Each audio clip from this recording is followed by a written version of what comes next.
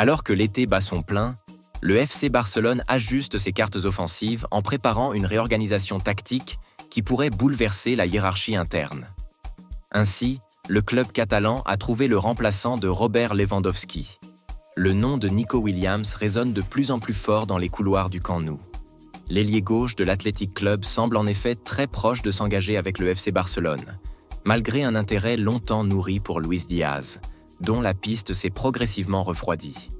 Ce recrutement imminent devrait bouleverser l'organisation offensive du club catalan. Williams est pressenti pour être titularisé d'entrée, ce qui pousserait Rafinha à quitter l'aile pour adopter un rôle plus central dans le milieu de terrain. Cette modification aurait un impact immédiat, car Dani Olmo, considéré comme la recrue phare de la saison précédente, risquerait de perdre sa place dans l'entrejeu, désormais occupé par le trio De Jong, Pedri, Rafinha. Toutefois, loin d'abandonner l'Espagnol, le staff blaugrana a prévu une reconversion tactique qui pourrait lui offrir une seconde vie sous le maillot barcelonais. Dans une récente interview accordée à la Vanguardia, Deco, le directeur sportif du Barça, a apporté un éclairage intéressant sur la stratégie offensive du club. Selon lui, chercher à remplacer Robert Lewandowski par un profil équivalent est une mission vouée à l'échec à court terme. L'objectif n'est donc pas de reproduire le modèle du numéro 9 traditionnel, mais d'adapter le système pour rendre l'équipe plus fluide et imprévisible. Ferran Torres, déjà repositionné en pointe, est vu comme une solution crédible. Et avec l'arrivée potentielle de Nico Williams ou d'un autre ailier, le FC Barcelone envisage sérieusement d'évoluer sans attaquant fixe.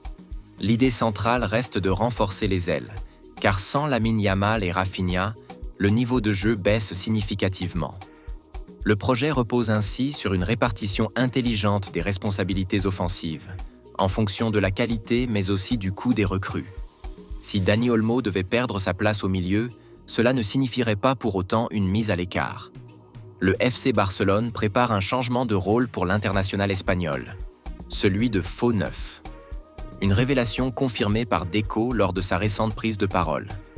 Dans cette configuration, Olmo évoluerait entre les lignes, profitant de sa qualité technique et de sa vision du jeu pour désorganiser les défenses adverses.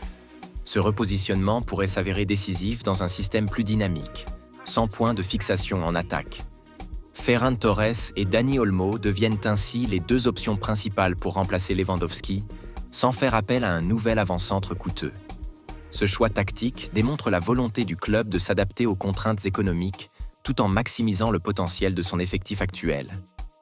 Une approche mesurée et innovante qui pourrait bien porter ses fruits dès la saison prochaine.